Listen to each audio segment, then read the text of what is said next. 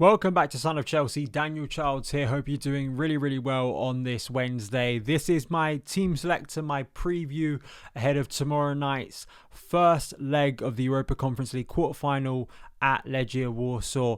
A big game, absolutely, in terms of the context of Chelsea winning any silverware this season and making sure they are lifting that trophy, which they're expected to do in Wrocław. But obviously there is concern about rotation, the potential awkwardness of an opposition who are likely to be a little bit hostile. Obviously, there's been a lot of discourse around ticketing for this game and away fans at the bridge, a lot of that stuff. So there is some, tension. But listen, Chelsea, as they have been for the majority of all of this tournament, favourites for this game. And I think the biggest question mark is just how Maresca deals with it, due to that rotation. Who's going to start? Is it going to be a stronger team than we suspect, or is it going to be heavily rotated like a lot of the Conference League games have been so far? Please let me know your thoughts, your predicted lineups ahead of this game in the comments below. I am recording this before Enzo Maresca's press conference, so we may have a major surprise in terms of team news and selection. However, we can get a gauge on who is at least training from the footage that has been released, and it looks like a majority of the players that we have seen so far after the international break are still training for the first team. So nothing serious has been reported on that aspect. Things may change, but I think we do have a pretty good gauge on who is going to at least be travelling to Warsaw for this game. Legia Warsaw, in terms of them as a team, looking at their stats just for the Conference League rather than their league position, they are 33rd for average position. They are top for clean sheets in the competition, 11th though for XG and 17th for shots on target. This is a team that even in games where maybe you'd think they're a little bit more favoured, they don't have a lot of the ball. They are quite defence-minded. I think it's going to be another low block situation for Chelsea, as you'd probably suspect at this stage of the tournament. I think Chelsea will have to try and break down what is probably going to be a rigid team at a ground that is going to be hostile to Chelsea, with not as many Chelsea fans as probably in attendance that I guess the club would have hoped for and the players would have hoped for. So it's making sure that Chelsea are just alert, I think, is kind of the biggest thing here. No complacency is setting in. Because to Warsaw, this is not only a huge game, but given the final takes place in Wrocław, there is obviously significance for them to get to that final in the first place. So that's the big thing here, complacency, and also maybe a physical test that at times we've been concerned Chelsea can't really deal with. But then if you look defensively at how Chelsea were able to get through Sunday's game, yes, we didn't win it, but we didn't concede, we didn't lose to Brentford. Maybe there's some hope there that Chelsea are a little bit more robust than we give them credit for. But I don't think this is a team that are going to attack Chelsea. I think they're going to be looking for that counter-attack, for those set-piece opportunities to try and undermine Chelsea, who I suspect, as they do most of the time, to be honest, will have a lot of the ball.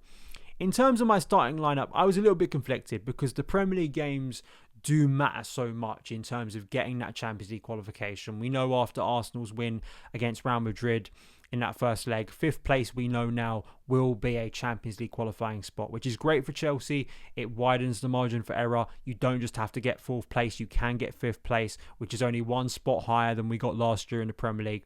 But obviously you want those games to be of significance, and Chelsea need to win those games. At least it feels like there's more jeopardy in those Premier League games. And whether you're kind of looking at this and going, because of injury situation, because of the Premier League importance and how tense it feels like, are you kind of more open to a ton of rotation tomorrow and then hoping that the team is at least in a positive situation going to the bridge where maybe next Thursday you can be stronger?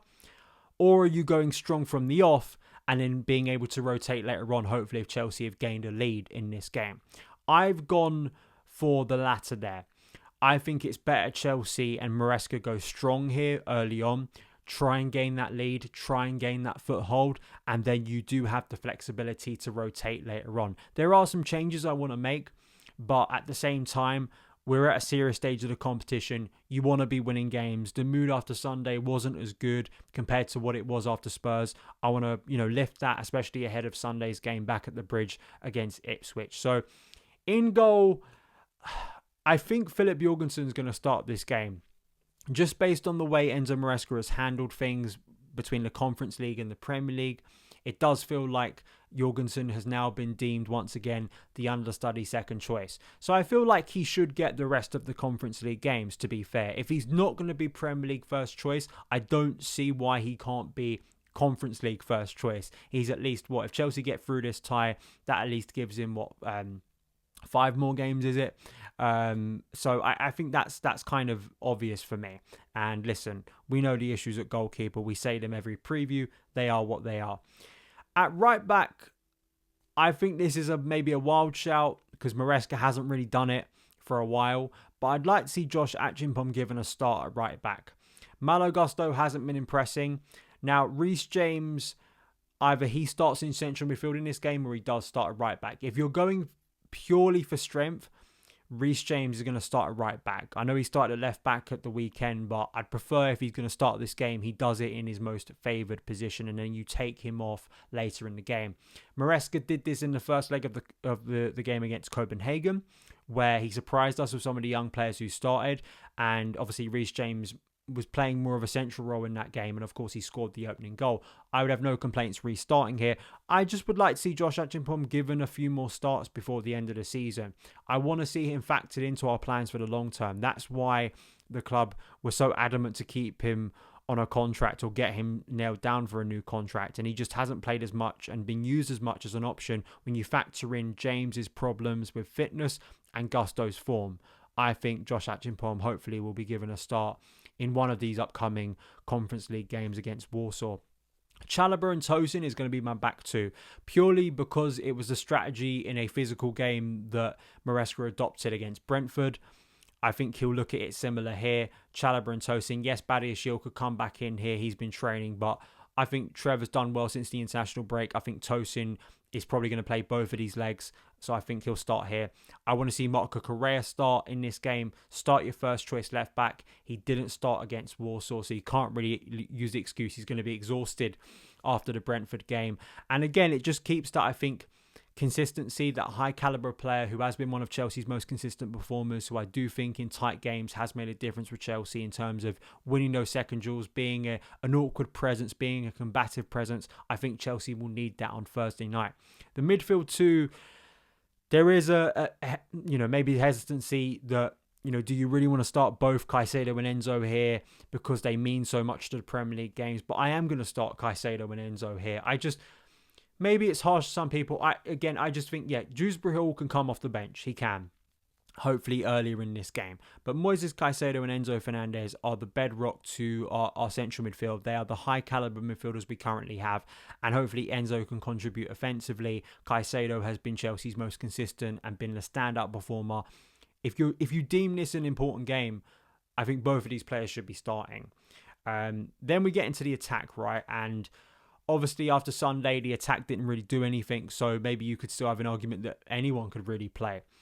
I would like to see Noni Madueke start on the right. I still think he's our strongest winger. Again, if it's about fitness, you can take him off. You can bring on Jadon Sancho later in the game. You can bring on Pedro Neto later in the game. I don't see the argument for not starting Noni here. We need to get his fitness up, so I'd start Noni on the right.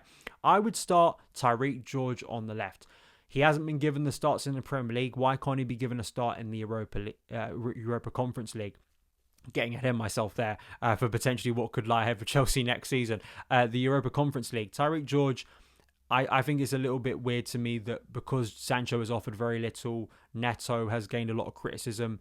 Why George isn't getting more minutes is a little bit baffling to me. And again, you look at the opponent here, you look at the stakes, you look at what he will likely do probably on Sunday against Ipswich. If you want to rest other players, why not give Tyreek George a start and see what he could do on what is an important occasion for Chelsea. I do think Cole Palmer will start as well.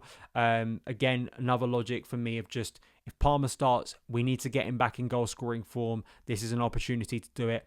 And again, you have that freedom later in the game. Bring on Nkunku, bring on someone else if you feel like Palmer needs a bit of a rest. But I'm going to be starting Cole Palmer, and hopefully he will give the attacking quality and spark that Chelsea need to get an advantage heading into next week at the Bridge. And up top, Nicolas Jackson didn't start on Sunday. I don't know why he didn't start on Sunday. He made a big difference when he came off the bench. And again, I think in this type of occasion, if we don't have an obvious focal point, I think it will become obvious, even if it's not a Premier League quality opponent.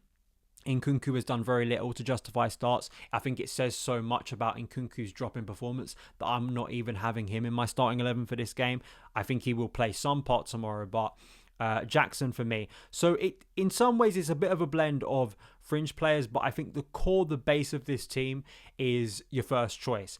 And then you have the ability late on to move around. I prefer to start with a more serious starting 11, and then you have the ability to rotate rather than doing what we did on Sunday.